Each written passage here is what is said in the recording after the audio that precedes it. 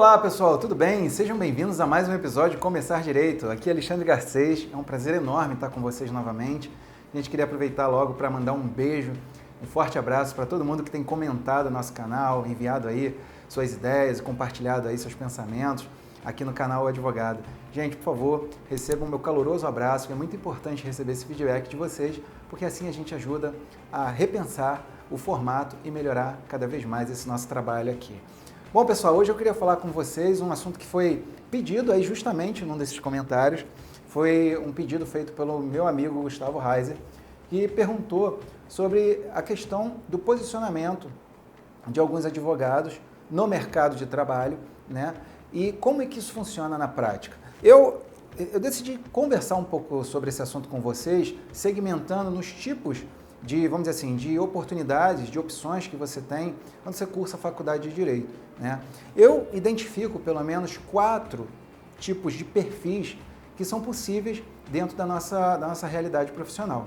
O primeiro perfil, eu vou falar cada um deles daqui a pouco, mas o primeiro perfil é o perfil do advogado autônomo, né? Aquele advogado que sai para a batalha sozinho, sai para enfrentar o dia a dia, que pega os seus casos, que monta escritório, ou então que trabalha sem escritório, mas faz o que pode para sobreviver e vai crescendo gradativamente na carreira.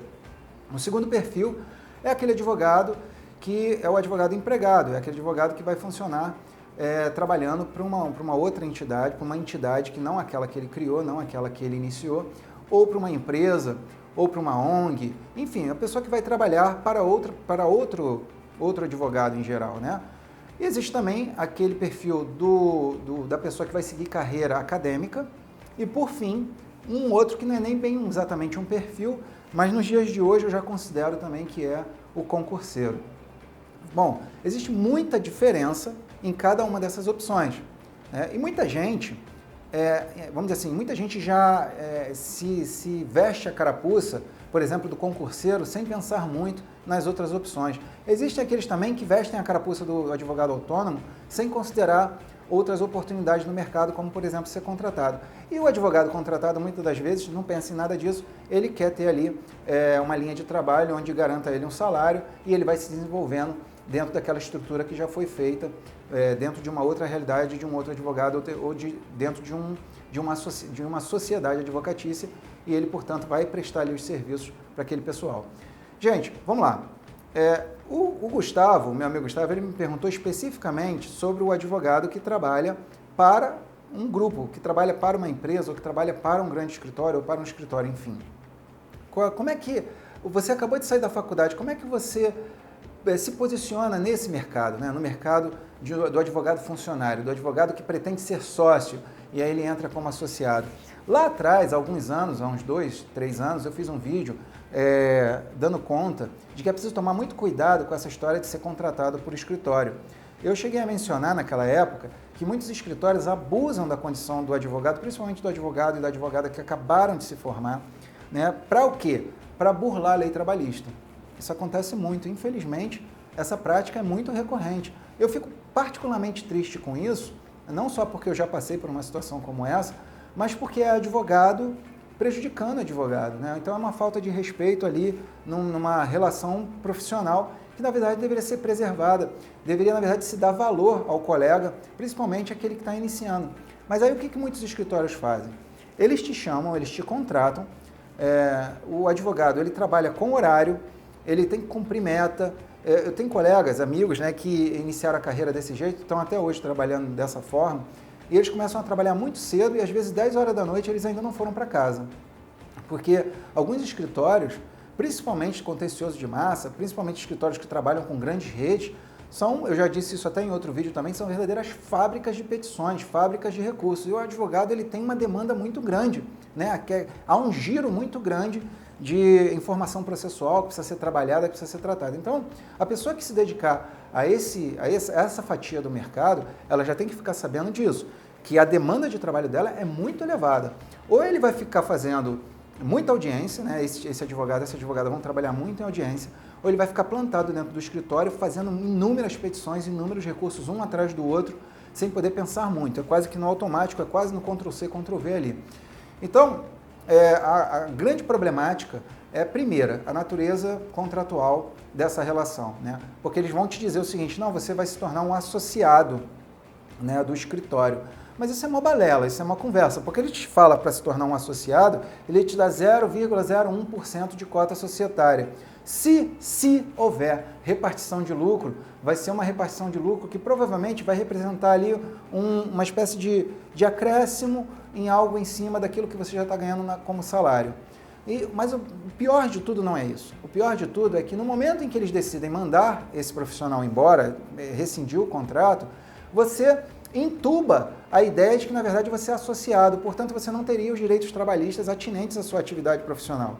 Olha que coisa horrível. Ou seja, é um advogado, às vezes, que tem lá um escritório, que tem uma condição financeira bastante razoável pela estrutura que ele já oferece, com grandes clientes, você vai trabalhar para esse cara, e aí o que acontece? Na hora que ele entende que vai te dispensar ou qualquer coisa nesse sentido, que ele precisa te dispensar, ele te manda embora com a mão na frente e outra atrás, a pretexto do fato de que ele te contratou entre aspas, que ele te chamou para trabalhar com ele para funcionar como um advogado associado. Esse é o lado complicado dessa história.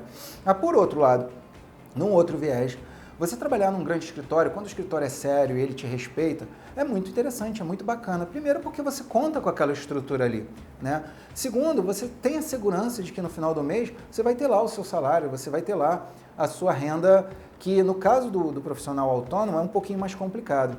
Eu até costumo dizer, e eu ensino isso no curso, que o advogado autônomo, ele não precisa ser, ele não pode ser somente um gerente de conflito, ele não tem que ser só um profissional do direito.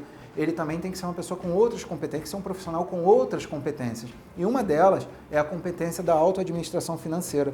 Você tem que ter uma autoadministração financeira muito séria se você é um autônomo. Você não está delegando nada para ninguém. Esse é um assunto que só cabe a você. Quando você trabalha para uma empresa ou para um grande escritório, essa parte ela fica a cargo de quem? Do seu empregador. Então você não precisa se preocupar muito com essa questão da renda e tudo mais. E qual é a grande problemática, então, se a gente for comparar o advogado, por exemplo, autônomo com o advogado que trabalha para uma empresa ou para um grande escritório? A primeira é essa, é que no caso do autônomo, a renda ela vai ser uma renda que vai variar de acordo com a demanda que aquele profissional teve naquele período. Mas existe uma vantagem que eu considero muito interessante para o advogado que não trabalha vinculado a um escritório ou uma empresa, que é o seguinte: a depender da performance dele, e eu vou falar do meu caso já, só para vocês terem uma ideia bastante clara da métrica. Então, o que acontece? A depender da performance, a depender do entusiasmo dele, ele ganha muito mais. Se um advogado que é contratado para uma empresa ganha X, um advogado autônomo que consegue desenvolver um bom trabalho, ele pode ganhar 10, 20 vezes X.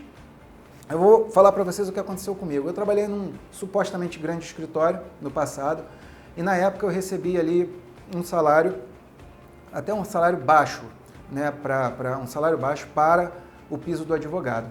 Mas tudo bem, tinha aquela estrutura toda, tinha a repartição de lucro que dava uma bonificaçãozinha e estava tudo bem. Até que um dia eu tive um desentendimento nesse escritório e a gente rescindiu o contrato. E aí já tive logo a primeira surpresa. Eles afirmaram que eu não tinha direitos trabalhistas ali, porque afinal de contas eu era associado. Eu sempre falo aqui nos meus vídeos que o advogado precisa aprender, em primeiro lugar, a se defender, para ter moral e força para defender terceiros, para defender o seu cliente. E eu reagi a isso, né? E na minha reação, eu infelizmente, a muito contragosto, depois de ter tentado fazer vários tipos possíveis de acordo, não se prosperou nesse sentido, e aí infelizmente eu tive que ajuizar uma reclamação trabalhista contra esse escritório, que inclusive eu venci, mas não era uma coisa que eu queria que acontecesse a princípio. Mas o desrespeito não partiu, no caso da minha pessoa, partiu do fato deles quererem me dar uma engambelada ali, me dar uma enganada, e aí acabaram tendo que lidar com essa situação.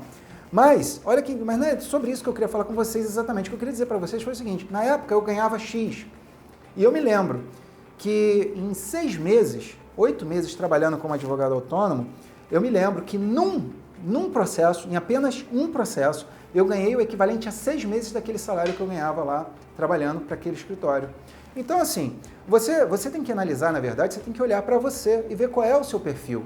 Se o seu perfil é um perfil mais conservador, se você é uma pessoa que, olha, eu acho que eu trabalho melhor dentro de um ambiente corporativista, onde essas questões do salário, enfim, todas essas questões contratuais, elas já são resolvidas pelo meu empregador, eu me sinto melhor com isso, então talvez o seu perfil seja realmente de trabalhar dentro de uma corporação ou trabalhar dentro de um escritório. Mas a desvantagem é a que eu acabei de dizer. Você fica engessado do ponto de vista da sua receita, você fica engessado porque você vai ter que trabalhar dentro de horários e você fica engessado porque aquela estrutura ali já tem um modus de agir e de exigir de você da maneira como você vai trabalhar, da maneira como você deve atuar. E tem uma coisa em especial, existe um aspecto em especial que eu acho que é o pior de todos, que é o seguinte: normalmente quem trabalha em escritório, quem trabalha em empresa, passa a vida inteira fazendo a mesma coisa. E eu acho que isso aí é de uma lesão profissional muito grande. Isso aí é uma lesão muito séria ao seu autoconhecimento. Então, ao seu autoconhecimento, não, ao conhecimento profissional, ao seu desenvolvimento como profissional. Eu trabalhei lá nesse escritório, alguns anos depois eu encontrei um amigo meu advogado que inclusive entrou comigo na mesma época lá, né? Foi contratado na mesma época. E aí eu perguntei para ele como é que estava a carreira dele. E aí, para minha tristeza, conversando com ele quase 10 anos depois, era quase que como estar conversando com ele há 10 anos antes. 10 anos antes, ou seja, o discurso dele, os problemas dele, a conversa dele, inclusive o salário dele, não haviam sido modificados de maneira relevante. Ou seja, ele estava congelado, ele estava estagnado. Por quê? Porque ele se acostumou a fazer sempre a mesma coisa. E aí, olha que interessante, eu tinha 10 anos de carreira, ele tinha 10 anos de carreira naquela época, e aí eu percebi o seguinte, que os meus 10 anos de carreira equivaliam a uma vida inteira, porque ele estava 10 anos, comparando a ele, né? Ele estava 10 anos fazendo a mesma coisa, então ele não tinha experiência nenhuma. Ele não conseguia fazer sequer um HC para as cortes superiores, porque ele estava sempre fazendo a mesma coisa. Então isso é algo que você precisa se preocupar. Se você está trabalhando num escritório, se você está trabalhando numa empresa, você tem que tomar muito cuidado com essa estagnação intelectual e profissional que isso pode gerar. E aí você tem que se aprimorar, você tem que fazer cursos, você tem que se envolver para se tornar um profissional melhor. Para fechar, eu falei que existe a carreira acadêmica, que é um viés completamente diferente. Carreira acadêmica, você vai estudar, vai fazer mestrado, vai fazer doutorado, vai se especializar, você vai trabalhar com uma ótica acadêmica. Isso aí está mais vocacionado para quem quer dar aula, para quem quer ministrar curso, para quem quer trabalhar ensinando. É muito legal quando a pessoa que está ensinando tem a prática para legitimar aquele conhecimento, que é mais ou menos o que eu faço aqui com vocês, né? Todos os casos que eu conto são casos reais, justamente para legitimar, para na hora que eu der o conselho, na hora que eu der uma orientação, essa orientação ela tem um acervo realístico, tem uma textura de realidade que vai servir realmente para alguma coisa. Por fim, existe o concurseiro. Concurseiro não é exatamente carreira, mas é uma opção de vida. Há um vídeo no Advomachine que eu comentei muito sobre isso, que eu falo que hoje para você ser concurseiro é uma decisão muito séria, porque hoje existem os alunos de alta performance, né, que estudam de 6 a 8, tem gente que estuda 12 horas líquidas, e essas pessoas elas têm uma vantagem muito, maior do que a maioria das pessoas que tentam uma vaga no serviço público. É uma decisão muito séria, você tem que contar com a sua rede de apoio, que são as pessoas que te amam, as pessoas que estão ali ao seu redor, para que você consiga, através dos seus estudos, realmente ter um resultado positivo e obter uma vaga no serviço público, porque o negócio não é brincadeira, ali a briga o buraco é mais embaixo. Tá bom, pessoal? Então fica aí essas dicas para reflexão. Pessoal que está trabalhando dentro de corporação, dentro de escritório grande, cuidado com essa estagnação profissional, toma muito cuidado para você não ficar congelado fazendo sempre a mesma coisa ad eterno. E no final, quando por alguma razão qualquer, como a pandemia que aconteceu agora, né, em 2020, houver uma saída, né, uma evasão do pessoal, porque às vezes o escritório não conseguiu, ou a empresa não conseguiu suportar o ônus daquela situação, na hora que você rodar, você vai fazer o que da sua vida? Então toma muito cuidado com isso. Tá bom, pessoal? Fica aí a minha dica. Gente, eu queria mandar um beijo especial para todo mundo que entrou lá na nossa comunidade no Telegram, Advomachine. Para quem não conhece, é uma comunidade onde eu posto outros conteúdos mais específicos. Para quem quiser entrar, seja muito bem-vindo. O link para você poder entrar na nossa comunidade no Telegram está na descrição aqui abaixo do vídeo. Se você ainda não faz parte do nosso canal, você está esperando o quê? Venha fazer parte dessa comunidade que só cresce. Gente, se esse vídeo fez sentido para você, eu gostaria muito que você desse um like para a gente saber se a coisa está funcionando. No mais, pessoal, eu queria desejar a vocês tudo de bom, um forte abraço dizer que eu estou muito feliz aqui, porque a gente está recebendo um feedback maravilhoso do povo que está com a gente aí. Queria mandar um beijo especial para todo mundo que tem colaborado de forma direta ou indiretamente com esse projeto aqui. Tá bom, gente?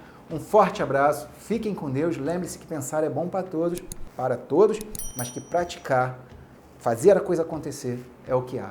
Beijão, pessoal. Tchau, até a próxima.